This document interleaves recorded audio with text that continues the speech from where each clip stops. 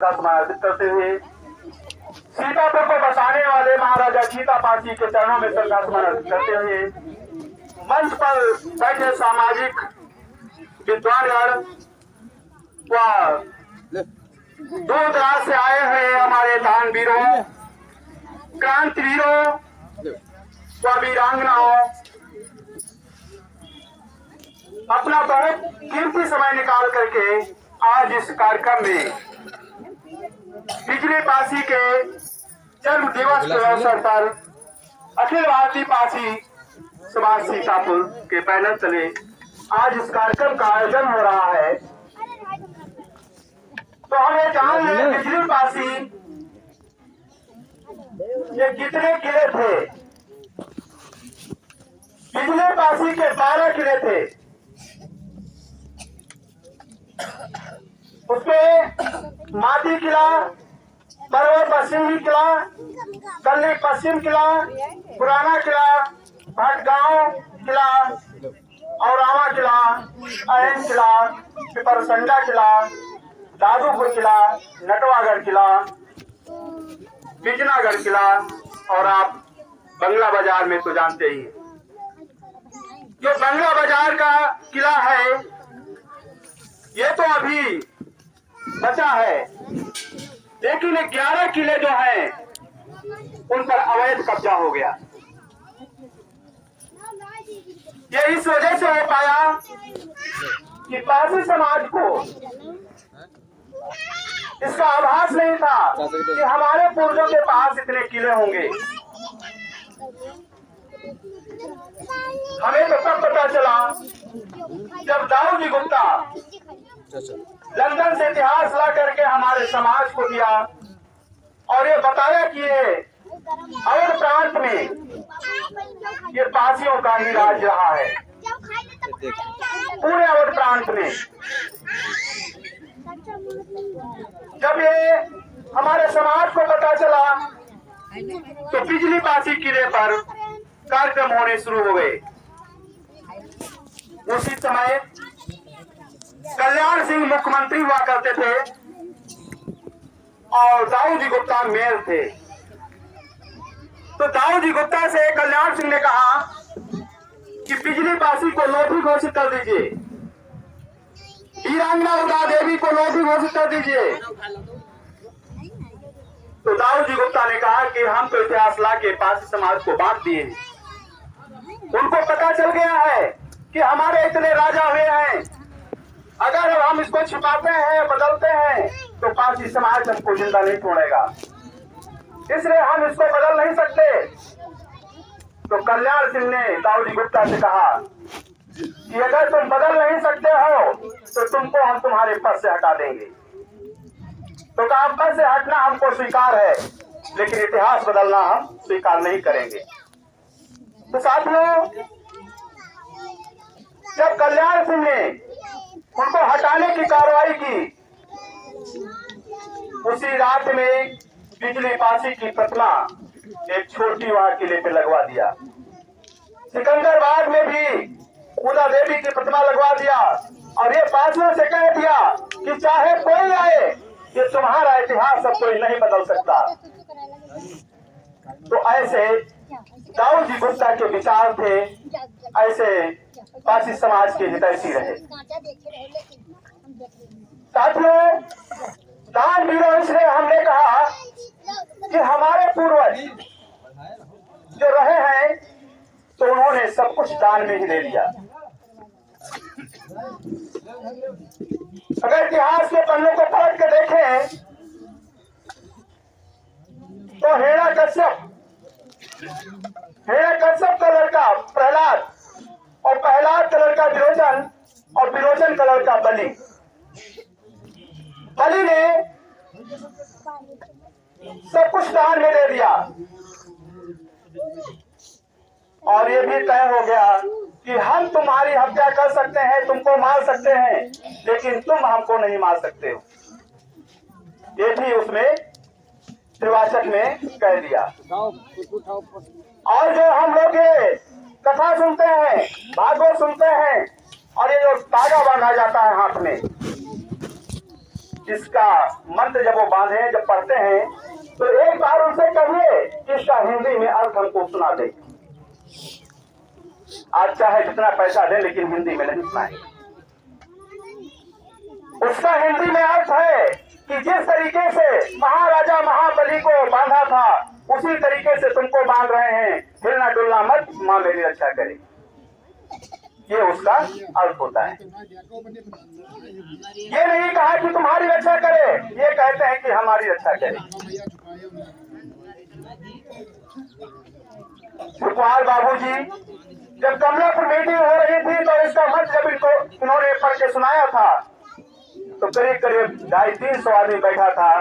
सभी ने अपना औकात करके वहीं पे जला दिया था। तो इस तरीके से हमने सब कुछ दान दे दिया, और हमसे मांगा क्या? ये कहा कि हमको कुछ नहीं चाहिए, हमको मात्र यज्ञ करने की जगह दे दी। और यज्ञ कहाँ करते थे? जहाँ पे जंगल होता था। ये तय था कि जहाँ तक उसकी आग जाएगी, वहां तक हमारा हो जाएगा। तो जहाँ जंगल होता था, वहां पे यज्ञ करते थे, और इसके आग जो है उसको फेंक देते थे। पूरे जब जंगल जल जाते थे, जहां तक वो जलता था, सब कुछ उनका हो जाता था। जो हमारे पूर्वजों ने गलती की, उसकी सजा आज हमको मिल रही। सब कुछ दान में चला गया, धन धरती जो कुछ था सब चला गया। तो पहले तो हम आर्यों से लड़े, उसके बाद मुगल आ गए। जब मुगल लोग आए, तो हमारी बहन बेटियों को उठाने लगे, जबरदस्ती शादी करने लगे। जब जबरदस्ती शादी कर रहे थे, तो हमारे पूर्वजों ने सोचा कि इनकी इज्जत कैसे बचाई जाए। उन्होंने अपनी जान गंवानी तो आसान समझा, अपनी बहन बेटी की इज्जत गंवाना उनको पसंद नहीं था। इसलिए दोस्तों, एक दिन मुगल लोग आ रहे थे, उनकी सेना, और इधर से हमारे पूर्वज बैठे देख रहे थे, जंगल से सुअर निकले, वापस हो गए। कहा कि रास्ता नापाक हो गया। इसको हथियार बनाया, और जितने पासी थे सब पकड़ के जंगलों से अपने दरवाजे पे बंधवा दिया। जब मुगल आते थे, तो उनके जब बलम खोजते थे, चिल्लाते थे, तो कहते गांव नापाक है, इसमें हम नहीं जाएंगे। जब इस चीज को समझे, तो उसको उसके खून से, सुअर के खून से लड़की के तिलक लगाते थे, हाथ पांव में लगाते थे, थकिया लगाते थे, घर के आसपास लगा देते थे। इसको देख करके मुगल हमारे पर अटैक नहीं करते थे। इस तरीके से हमने सुरक्षा की, जिसकी वजह से लोग हमसे दूर होते गए। कहा ये अछूत है, नापाक है। तो आर्यों से लड़े, मुगलों से लड़े। उसके बाद दोस्तों अंग्रेज आए। क्रांतिकारी इसलिए कहा क्योंकि जब अंग्रेज आए, वहां पर अगर अंग्रेज ना आए होते, तो शायद शिक्षा का अधिकार भी हमको नहीं मिलता, पढ़ने लिखने का मौका नहीं मिलता। अंग्रेज जब हमारे हित में काम कर रहे थे, जब इन लोगों ने देखा कि अगर अंग्रेज और रुक गए 10 साल, तो सारे अधिकार इनको मिल जाएंगे, तब इन्होंने क्रांति शुरू कर दी। और हम भोले भाले लोगों को, क्योंकि हमारा तो पहले सब चीज चुका था, तो हम लोग जो दबे कुचले थे, इनको पहला फुसला करके अंग्रेजों के खिलाफ भड़का दिया। और जब अंग्रेजों के खिलाफ भड़काया, हम लोग वहां से लड़ना शुरू कर दिए। तो एक नहीं, हजारों पासी उस क्रांति में कूद गए। उसमें आपके यहाँ एक छेदा पासी थे। जब उन्होंने वीरांगना उदा देवी की जब शहीद हुई, उन्होंने बदला लेने के लिए बाराबंकी में जाकर के एक अंग्रेज डीएम को गोली मारी, उसके बाद सीतापुर डीएम को गोली मारी, उसके बाद हरदोई में भी मारी। वहां पे कुछ हमारे साथी गद्दार लोगों ने उनको पकड़वा दिया, जिससे उनको फांसी हो गई। तो इस तरीके से हमारे लोग क्रांतिकारी भी रहे, एक से बढ़ के एक रहे। कभी हार नहीं मानी। और ऐसी वीर महिलाएं किसी अन्य समाज में आपको नहीं मिलेंगी जिन्होंने अंग्रेजों से युद्ध किया हो और 36 अंग्रेजों की हत्या की हो। ऐसे हमारे पारसी समाज में महिलाएं भी पैदा हुई। जब अंग्रेज से जाने लगे तो बाबा साहब ने उनसे अनुरोध किया कि आप 10 साल तक और रुक जाइए। अगर 10 साल रुक जाएंगे तो हमारे देश की व्यवस्था ठीक हो जाएगी। तो कहा हम रुक नहीं सकते हैं, लेकिन आपको संसद भवन में भेजने का काम हम जरूर करेंगे, उसका सदस्य जरूर बनवाएंगे। तब गांधी जी के ऊपर दबाव बना करके उनको वहां भेजने का काम किया, जिससे वो संविधान को तैयार कर सके। जब देश आजाद हुआ तो बाबा साहब ने सोचा कि जैसे आज हम लोग एक संगठन चलाते हैं, लोगों को जागरूक करते हैं, उनको बताने का काम करते हैं, दीपू जैसे हमारे साथी ये लगातार लगे हैं। इनके पिताजी आए दिन गांव में मीटिंग किया करते थे, लोगों को समझाते थे। इसी तरीके से बाबा साहब पूरे देश में जब आंदोलन शुरू किया तो ये तो समझ गए कि अब तो हमारा समाज जाग गया है। अब जब तक हम राजनीतिक सत्ता पर नहीं पहुंचेंगे तब तक हम अपने लोगों का उद्धार नहीं कर पाएंगे। तो उन्होंने पार्टी बनाई और चुनाव लड़ा। और जब चुनाव लड़े तो उनके जो पीए थे कजेलकर, उनको कांग्रेस ने खरीद करके बाबा साहब के सामने लड़वा दिया और बाबा साहब को 1500 वोट से हरवा दिया। इस तरीके से जो भी सरकार आई, चाहे कांग्रेस हो, चाहे बसपा हो, चाहे सपा हो, चाहे भाजपा हो, सबके शीर्ष पर वही लोग बैठे। जिधर वो चाहते हैं उधर उनको मोड़ देते हैं। आज 131 सांसद बैठे हैं, लेकिन साथियों क्या हमारे समाज की बात कर पा रहे हैं?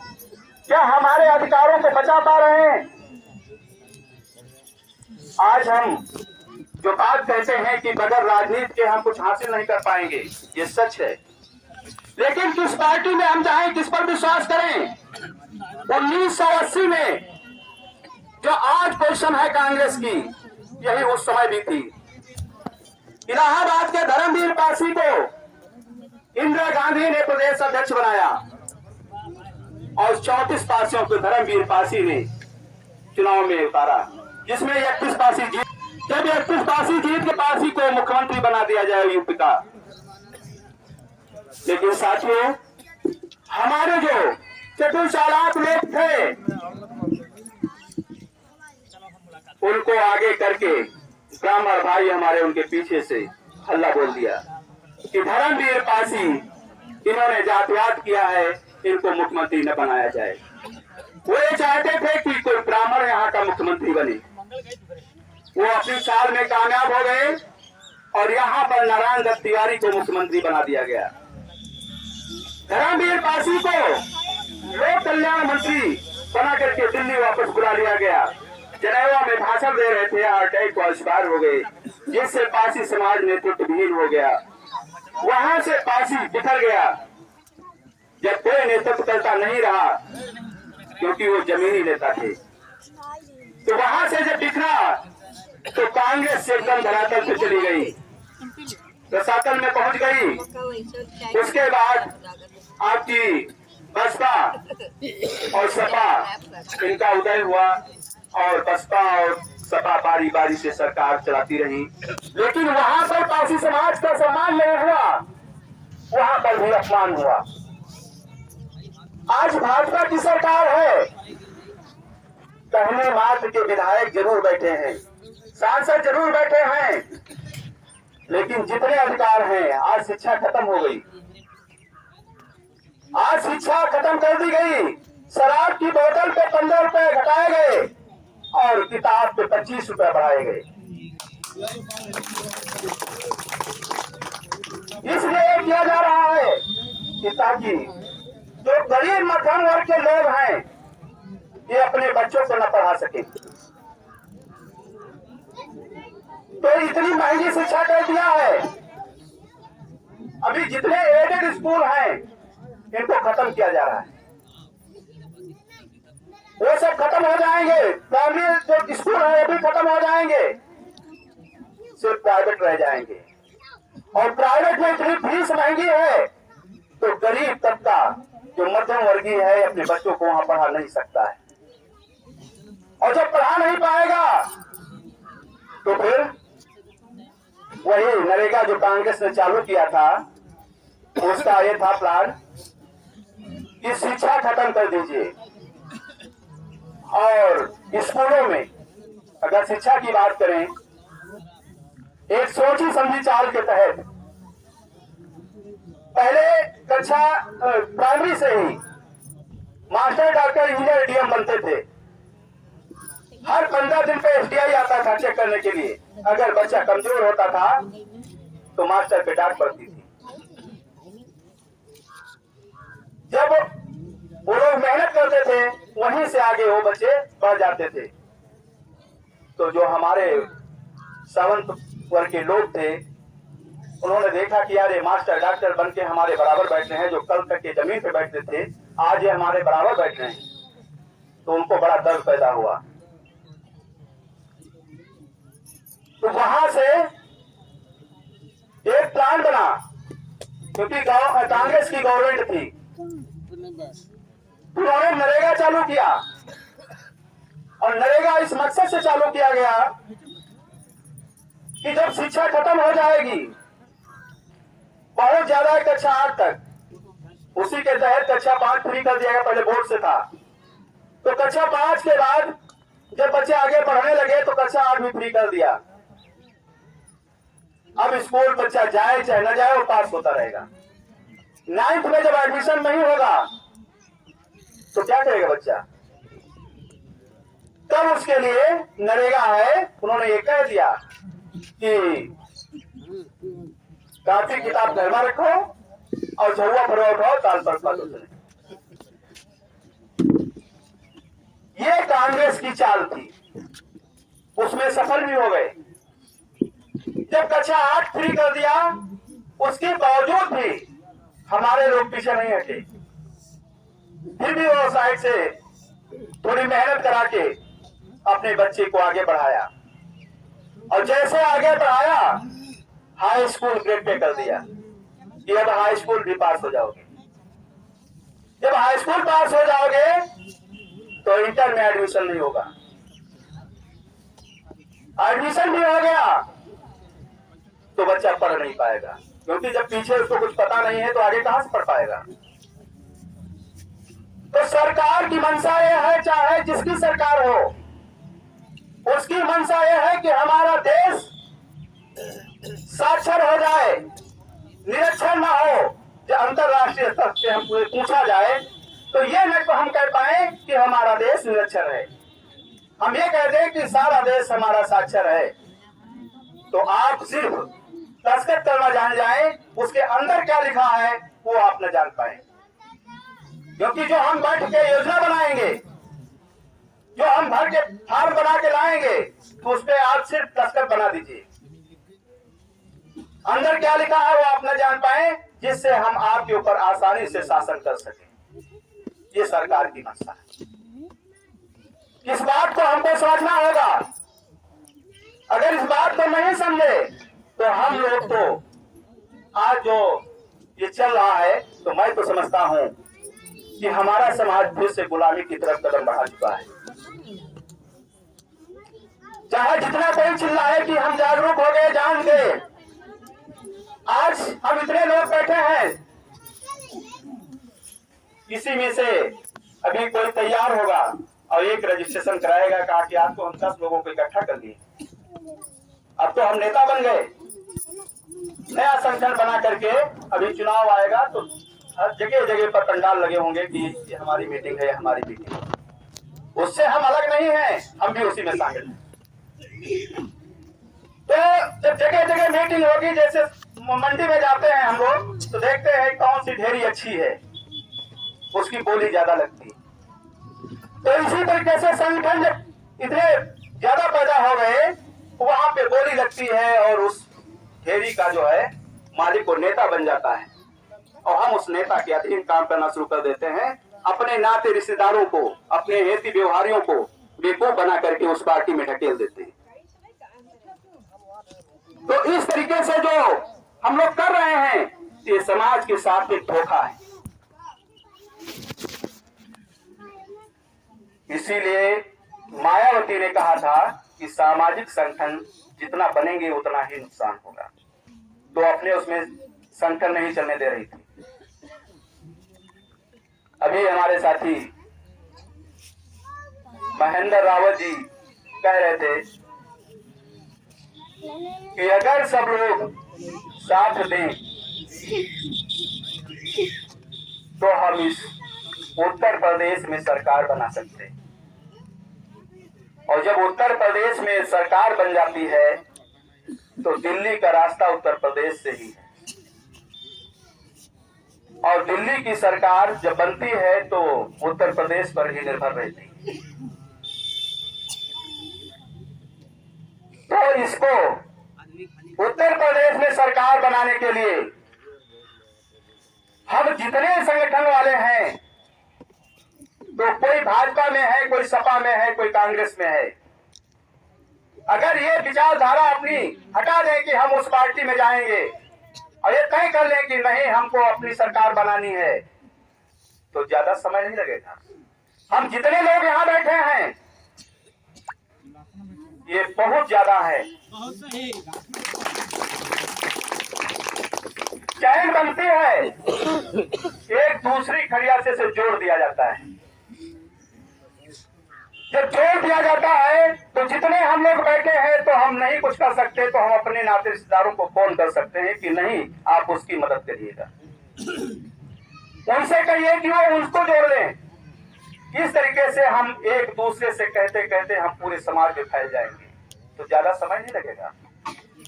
लेकिन बस हम लोग ये सोच लें कि इन पार्टियों की गुलामी से हमको कैसे मुक्ति मिले।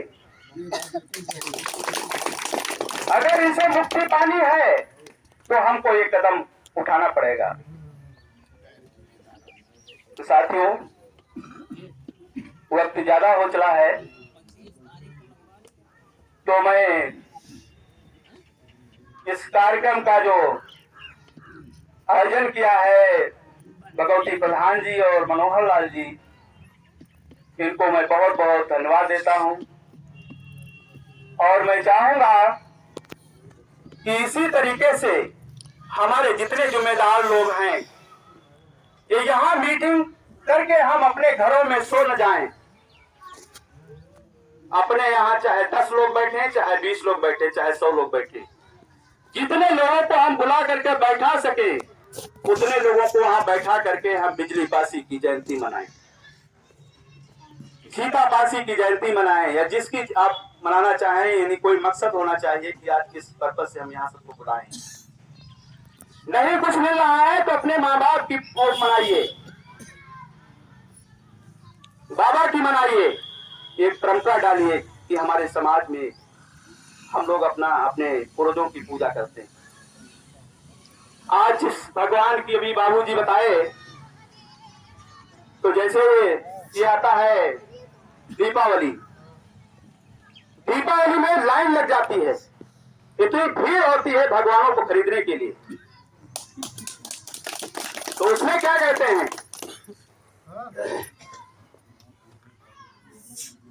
कोई बिकता है 100-200 में, कोई बिके हजारों में, बिकते हैं भगवान गली मोहल्ले बाजारों में। कोई बिकता है 100-200 में, कोई बिके हजारों में, गली मोहल्ले बाजारों में, बिकते हैं भगवान बाजारों में। तो दोस्तों, आज जो ये भगवानों की जो बिक्री है, तो जैसे कोई गरीब है तो 20 रुपए खरीद लेता है, उससे थोड़ा बड़ा है तो 50 रुपए की, उससे बड़ा है तो 100 रुपए की। अगर बढ़िया सर्विस वाले हैं संजय भैया जैसे, तो अपने 1000-2000 की खरीद लेते हैं। लेकिन जब तक ये मूर्ति लेके नहीं जाएंगे तब तक घर में पूजा नहीं होगी। ये किसको समझनी है? ये इनको नहीं समझना है। ये माता बहनें जो हैं इनको समझने की जरूरत है। एक हमारे अंदर डर पैदा किया गया भाग्य और भगवान का, स्वर्ग और नरक का। तो जब भाग्य और भगवान, नरक, स्वर्ग का जो डर पैदा किया गया, हम लोग उसमें फंसे। अभी जैसे हमारे केंद्रीय मंत्री, गृह मंत्री का अमित शाह जी का बयान आया कि बाबा साहब एक फैशन चल गया है। अगर इतनी बार भगवान का नाम लेते तो 7 पुस्तों तक वो स्वर्ग।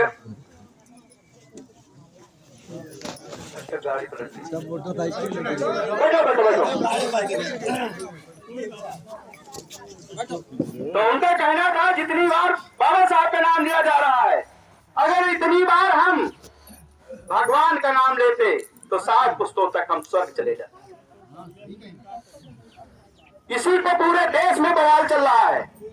जगह जगह पुतला दहन हो रहे हैं, जगह जगह ज्ञापन दिए जा रहे हैं, आंदोलन हो रहा है। तो जो स्वर्ग नरक का है, इस पर जब अटल बिहारी वाजपेयी प्रधानमंत्री थे तो अमेरिका दौरे पे गए, तो वहां के राष्ट्रपति ने उनसे कहा, भाई वाजपेयी जी, अपने यहाँ जो भारत के मूल निवासी हैं उनको आप समय क्यों नहीं दे रहे हो? उनको भी एक बार मौका दो प्रधानमंत्री बनने का। तो बड़े तेज हंसे और बोले, आप किसकी बात कर रहे हैं? अरे जिस समाज में ये ज्ञान ना हो कि बच्चा वो पैदा करता है, उसका नाम हमसे पूछने आते हैं। उसको ये भी नहीं पता है कि हम अपने बच्चे का नाम क्या रखें। ये जो मुंडन होता है तो तारीख हमसे पूछने आते हैं, वो तारीख भी तय नहीं कर पा रहे। शादी वो बच्चा उनका है, शादी वो कर रहे हैं, लेकिन वो तारीख नहीं तय कर पा रहे हैं, तो तारीख हमसे पूछने आते हैं। मेहनत मजदूरी करके घर वो बनाते हैं, लेकिन घर के अंदर नहीं जाते हैं, उसकी तारीख हमसे पूछने आते हैं। आज किसकी बात कर रहे हो? वो क्या शासन करेंगे जब सब कुछ हमसे पूछ के कर रहे हैं? तो ये भाग्य भगवान का जो है डर, इसको हमको निकालना होगा। तो साथियों, एक बात और बता दूं, हमने अपने बच्चे की शादी की, हमने कथा नहीं करवाई, कुंवारी नहीं कराई। हमारे नाते रिश्तेदार नाराज हो गए कि अगर कोई बात हो जाएगी तो क्या करोगे? तो हमने कहा बच्चा हमारा है, अगर मर जाएगा, वो मर जाएगा तो हमको कोई वो नहीं है, हम मर जाएंगे तभी कोई नहीं है। एक बार ये पता तो चले कि इसे ना करने से होगा क्या।